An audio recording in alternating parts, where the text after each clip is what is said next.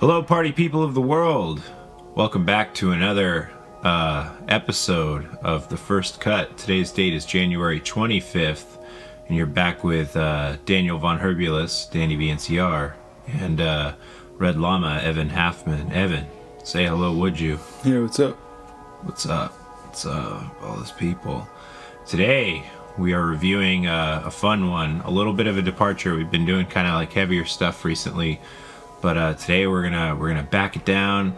We're gonna smooth it out with a little bit of R&B. A little bit of R&B. Evan, would you like to talk about today's topic? I don't know. R&B. This was not my week to choose the topic. So I mean, R&B isn't. I guess it's not like a genre that I personally pay much attention to, but. Maybe I'll discover today that's that I've been missing out. And sure. I think maybe with some of these picks, there's some good stuff there. That's how I regard R&B. So I was a bit surprised. Sorry, I might be a little clunky with my coffee today, but I was a bit surprised actually doing my research for this list. In that Bandcamp has a pretty significant selection when you go into the R&B tag. However, that being said, a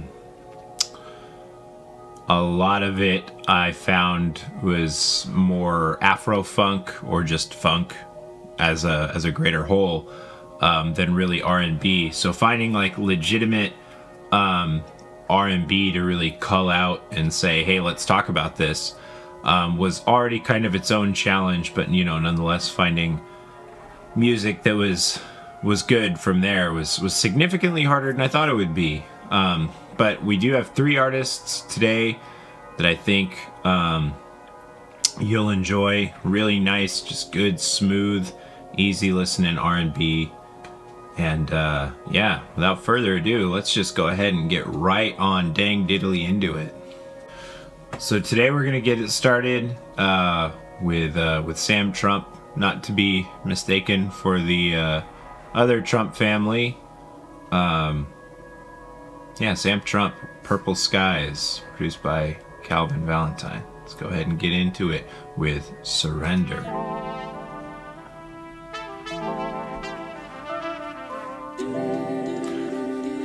Evan, you want to go ahead and get started on this one?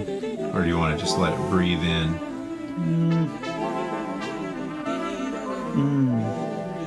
Let it breathe, child. They say seeing is believing, but do you believe what you're seeing? When will you ever find the truth? Well, baby, I got the truth. And see so, the thing about it, with this fellow, this artist, I think this is one I didn't have like a lot of like really strong feelings or thoughts picking this one, so it felt like, I guess, a natural initial entry into the list, because I think it kind of covers the bases and checks the boxes of like just good smooth R&B. I think it has like a nice, like gentle, placid feeling to it. Like, of course, it's got like that nice rhythm section. It's got that bass. Does it also have nice blues? Oh yeah, that's what I was going for.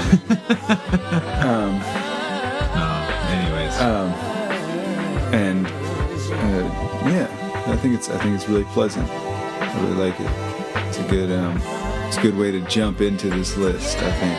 Yeah, I think it's probably worth saying too. Like this list is going to be very void of baby making music, but that's not to say that it's not good choices, but they're kind of more on the upbeat side, I think. For the most part, they're just kind of good swing your hips to kind of music. Who else is gonna hold you down? I'll be the one you can't come home to. And even if some dark times arrive, I'll be the one to console you. And I know Anyways, yeah. Sam Trump, I think, you know, I'm not like,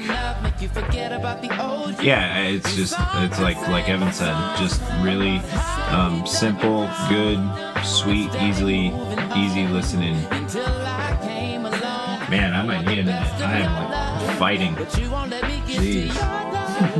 Coffee hasn't set in yet. But I really like the horn section, I'll say, which is something you don't really hear a whole lot in modern music, but with the trumpets and everything, which I think, if I'm not mistaken, actually is where the name Sam Trump came from. So I believe his name is actually Sam Harris, but Samuel Harris, I should say, the third. But not to be confused with the other famous Sam Harris. Yes. Yeah, not that guy, which is actually kind of funny. The whole Trump name and Sam Harris is like, jeez, we really can't win with this one.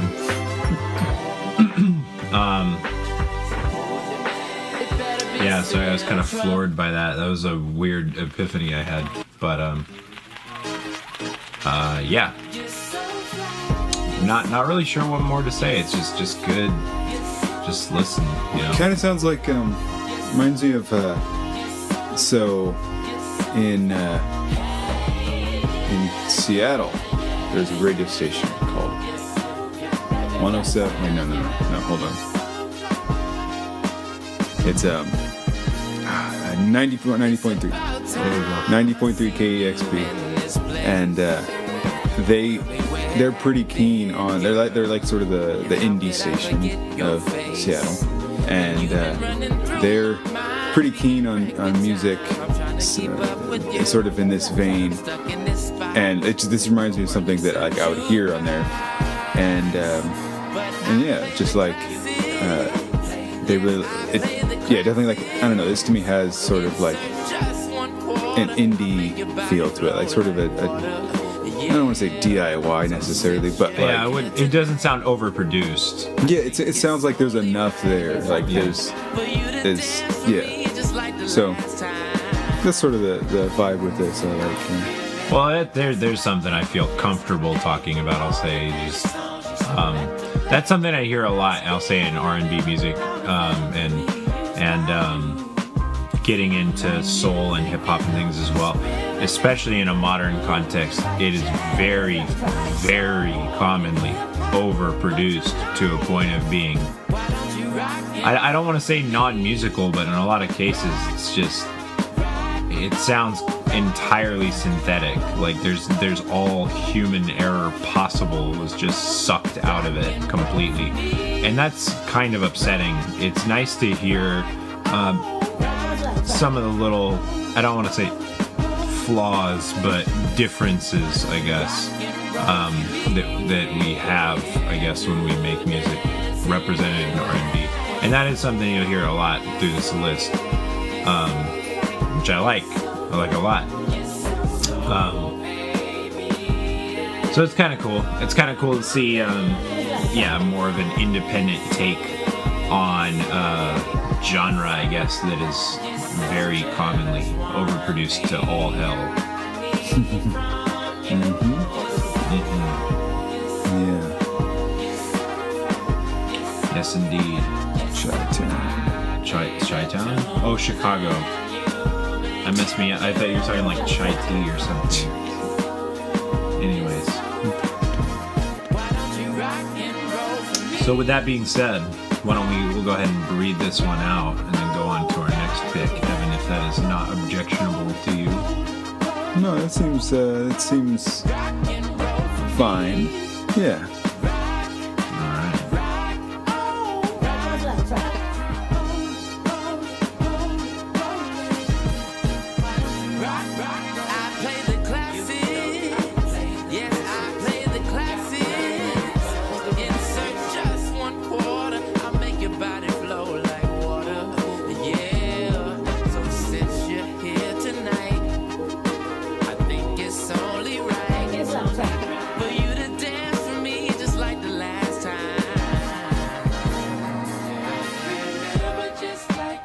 Yesterday, you came to the stage and you set the pace. From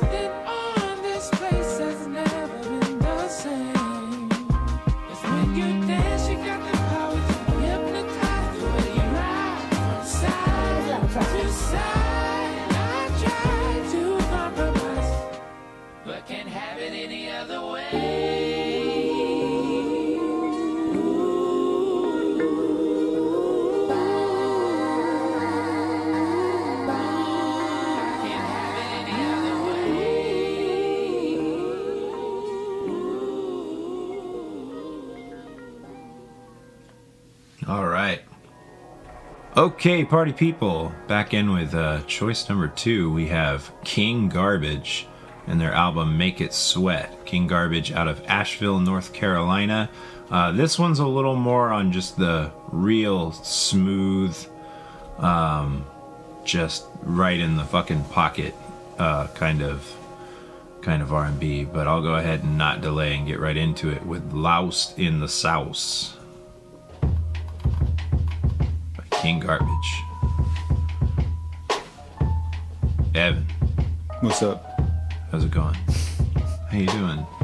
It's going nicely. Good. Did you have anything you wanted to say on King Garbage? Oh, yeah. Are we ready for that? Are you? Do you want to let it? Yes, King Garbage. King Garbage. This band is cool. Yeah, that's all I have to say too. Good night, people.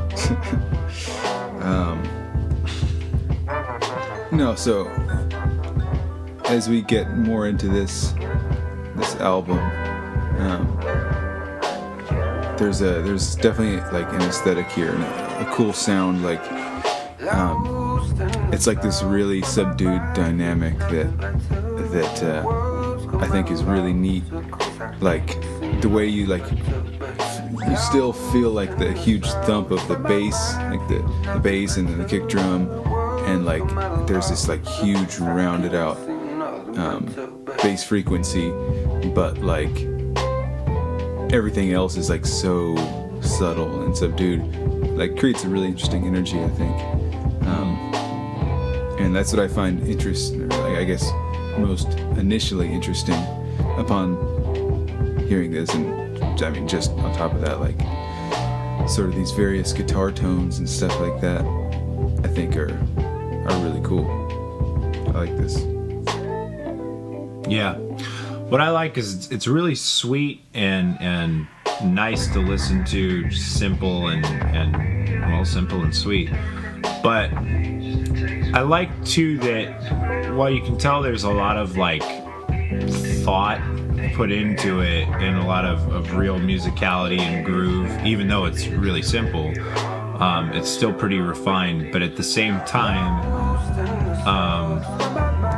the more you listen, you'll find little like idiosyncrasies, like little cartoon sounds and background things. Well, kind of like this, just a little cheering and everything. It's kind of nice to see when musicians do really refined music, but still don't take it too seriously. That's always refreshing to me to see. I don't know. Everyone who's really involved in music definitely knows that guy who takes themselves way too seriously and takes their music way too seriously. So it's really nice to see when people don't. I know there was a fun story from a band that Evan and I both really admire, Between the Buried and Me, when they released an album years ago called The Great Misdirect. They had a song on it called Disease, Injury, Madness. Evan, you probably know the story better than I do. The horse? Yeah, the horse. Yes. If you want to go ahead and spell out that regaliance. Well, there's just a point in the song before a particularly writing and fun section comes in, where it kicks off with the sound of a horse neigh, and it's something. I mean, you probably miss it unless you listen with headphones. But then when you really hear it, it's pretty funny. Mm-hmm. But then you realize, you try to think of it without it, and it's just like it doesn't feel the same. Yeah. And like sometimes that silliness is kind of like integral to the sound. Yeah. Wasn't the thing that they had like put it in as a joke, and then they were just kind of like, oh, wouldn't that be funny if we did that? And then they just like they really took it out and it didn't sound the same. Yeah. Like, it didn't sound right without I know you and I have written songs similarly to that, where I would like write a riff and be like, oh, doesn't that riff sound like so stupid? No, I really like it.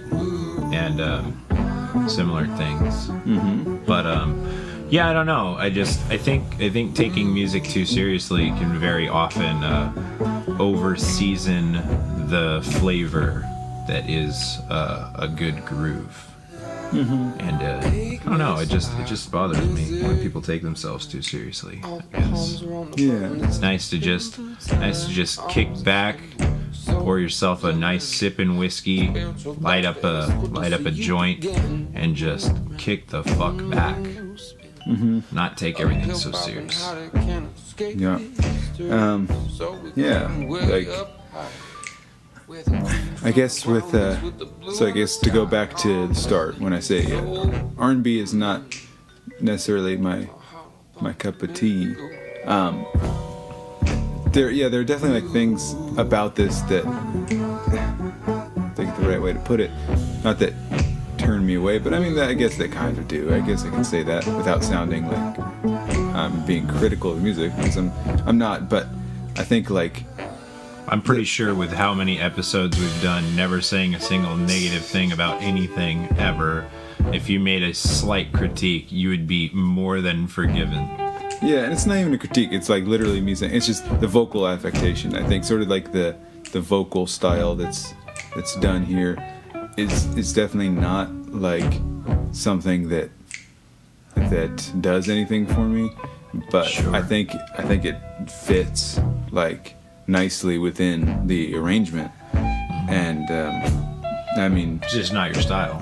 Yeah, it's not my style, but like other than that, it's just like, even just like these instrumental parts right here, like there's so much like breath in between each note.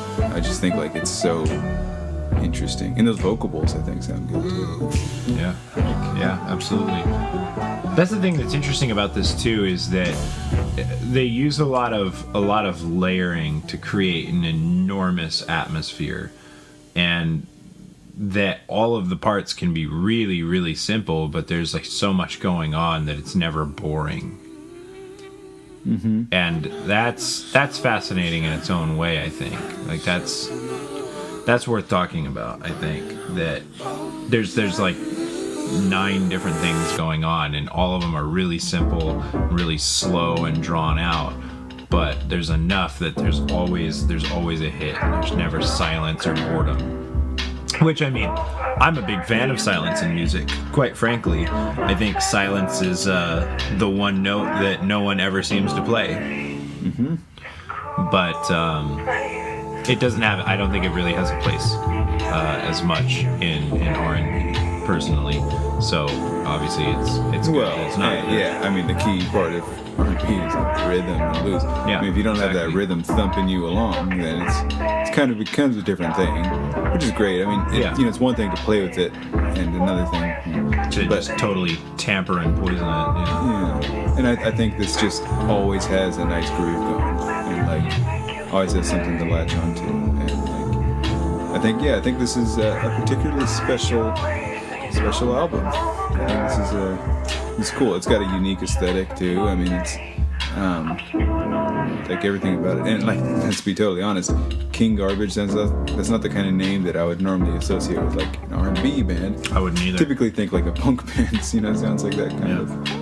I mean, the album name, Make It Sweat. I mean, yeah, that sounds R&B. But yeah, King Garbage. No, I agree. And that was actually funny enough, going through the list of all of the innumerous artists that I went through to make this 3-band list. When I saw the band name King Garbage, I thought, yeah, this does not belong in this list. It must have just been like mislabeled or something. Or it's actually very, very common that when you go through tags on Bandcamp, that you'll find an album that's like punk, and it'll say punk, metal, blues, jazz, R&B, soul, hip hop, and you're like, why are you using every single genre that there is to describe a punk album? And you realize it's because they want to throw out as wide of a net as possible. to try and get as many views as they can, which is really snaky and goofy in my opinion, because obviously, you know, somebody goes, oh, well, let me check out this hip-hop album, they find out it's, you know, a crust punk album. Very low likelihood they're going to be interested in it. But yeah, I figured, oh, King Garbage, yeah, that can't be R&B. It's got to be mislabeled. So I actually went by it probably like 4 or 5 times before I eventually thought, all right, I guess I'll give it a shot. So just to go on record, this one almost didn't make the list because I almost didn't listen to it at all. But it did, and I'm glad it did. And I did, I guess. But anyways. So with that, I guess we'll go ahead and just let this one fade out and we'll get on to our final pick of the evening, which is my pick of the week. Absolutely. Thanks. And finally, for all the lovely people, we have Dialogue by Abernathy. We won't waste any time getting into this one. Just gonna go ahead and hit that play button. Abernathy from Washington, D.C. This one is significantly more politically charged, and usually I'll say I try to keep politics as much out of this podcast, at least on my end, as I can. But that being said, very, very great sound. A lot of phenomenal points made that, quite frankly, need to be made. And you know, I'll say there's plenty of people within the community speaking for the community, but I don't know. It's just, I think it's important to speak for the oppressed, I'll say, and it's nice. I like it. Evan, what do you have to say?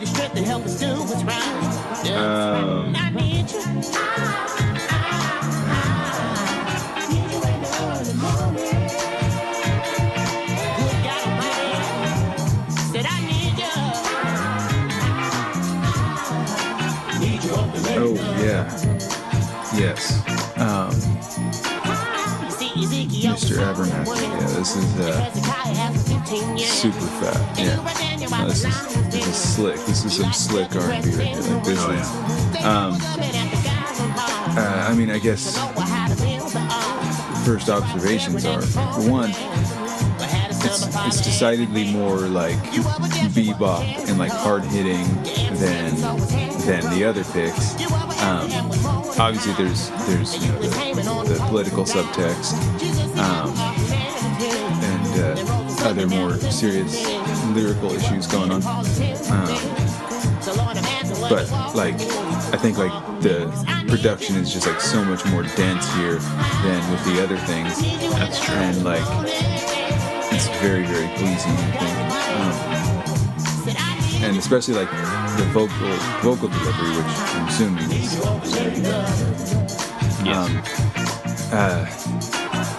is very interesting. I guess like an observation of mine after listening for 20 minutes or so was like, this reminds me of Prince like a lot, actually. Like way like thumpier Prince. God rest his soul.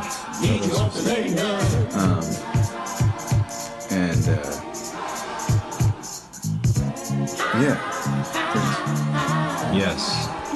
I, as a bassist myself, too, I think the bass is a little subdued in this album, personally, and that's really, honestly, the only thing I'm not crazy about, because if you actually listen to it through a really good system or through headphones... That's why when someone asks me about violence,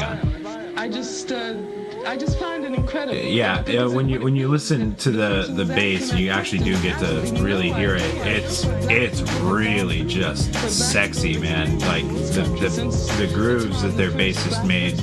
Well, I'm not sure. Actually, probably the list. Let's see. They mention it. No, they don't. So I'm sorry I can't call you by name, but man, it's good. Bass riffs are killer, man. So I just wish I could hear them a little easier, but yeah, really, when you listen to the drums and everything, it's super well played. You can tell the musicians, all of them, are very seasoned, including Mr. Abernathy and his singing and everything, which is great. That's another thing I think is really really uncommon in the genre as well, you know. Not to say there's not good drum and bass and rhythm and blues, that would be insane. But you don't hear a whole lot of just really big, like, jiving bass riffs and more technical drumming, you know. That's a little more uncommon, and it's really cool to see that represented. Lord, don't let me backslide. On the east side of Cleveland, we rock thugs and harmony. Me and Scott Mescadine used to listen to Tribe, pushing my dad's ride. Son of Larry. This is one of the few, I'll say too, like, obviously every artist that we've ever shown, if you're like, wow, this sounds good, check it out. Buy their music, listen to their music, stream it, this, that, whatever. Check it out. But this is definitely one of the ones where I think we're doing an enormous disservice by speaking over it, where like the lyrical content is really, really important, and we're kind of really taking away a lot of the focus. So definitely, more than most, this would be a one that if it sounds good, it's going to sound a lot better when we're not talking over it. So definitely give it a listen on your own. I hope the Lord hears my prayer today and remember the children of the city. To me, we are the most beautiful creatures in the whole world. Black people. I mean that in every sense, outside and inside. And to me, we have a culture that is surpassed by no other civilization, but we don't know anything about it. So again, my job is to somehow make them curious enough or persuade them by hook or crook to get more aware of themselves and where they came from and what they are into and what is already there, and just to bring it out. This is what compels me to compel them, and I will do it by whatever means necessary. Oh, there's that bass. But yeah, so that being said, this list was, well, actually I guess the list was the same length, but this episode, I guess, if you will, this podcast was significantly shorter than most of ours are. And I think that comes, a little bit from that Evan mentioned R&B is not really his forte. And I enjoy R&B deeply, but I'm by no means an expert. Well, that's sort of the point of these lists, I think, anyways. That, yeah, that's true. Not supposed to be completely. This is not us talking about music we like all the time. Like that would be certainly kind of boring, I think. Yeah, it's about. Well, I mean, more in what I was going to say was that if I was deeply involved in R&B, I'd probably have significantly more to say. Probably much broader episode or viewing, I guess, if you want. But I don't. We don't. And I mean, it's kind of nice to listen to get into territories where you're not really as veteran and explore and learn things about it and about culture as a whole. And it's really nice. Nonetheless, being able to reflect upon that and share it, it's pretty cool. But that being said, likely won't be the case for 2 podcasts in a row. But we'll be back soon, hopefully, with a whole new thing to talk about. Is that what you want to do? Are we calling it now? Yeah. I was going to say, if you say yes, we're married to it. Yes. Alright, you guys heard it. Episode whatever, the one after this, will be Dungeon Synth. you can't see it, but I'm kind of face palming a little bit. Oh, man, it's like... You're doing the research on that one. Yeah. All right, good. Thank God. That's it, yeah. That'll be fun in its own way.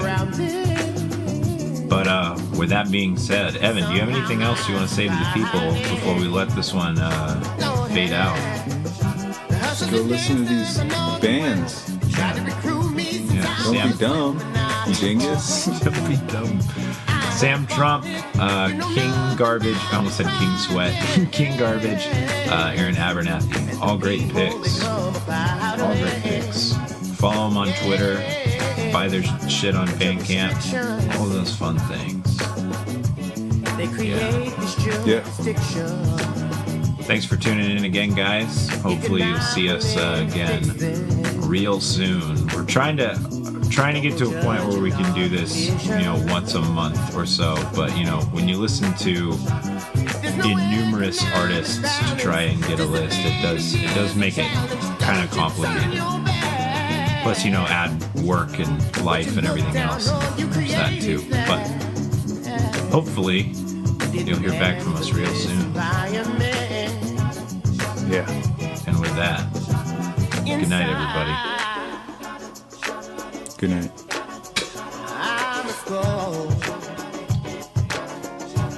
Didn't know I was a child of dawn till I left my household. Mama was, and I have tried since I was 10. Cutting grass to make some difference. Bagging groceries to help pay the rent. Lord have mercy. The hustler's game was tempting me, but Papa, he died out in the streets, was known to me. He's the victim of the system. A real job he couldn't get there. No. He was arrested at 17. But you're in the system, you can't get clean. It's hard to manage. When you're caught inside the game, babe, knowing there's no second chances. Oh, it's your restrictions. They create a jurisdiction. If you're not willing to fix them, no judging our condition. There's no economic balance. Disadvantage is a challenge. Don't you turn your back. What you look down on, you created that. Didn't ask for this environment. No.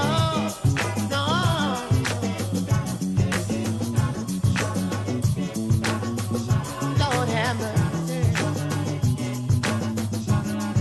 Lord have mercy on us, mama. Lord have mercy. Yeah. How am I supposed to survive off of less than $1 an hour? Yeah.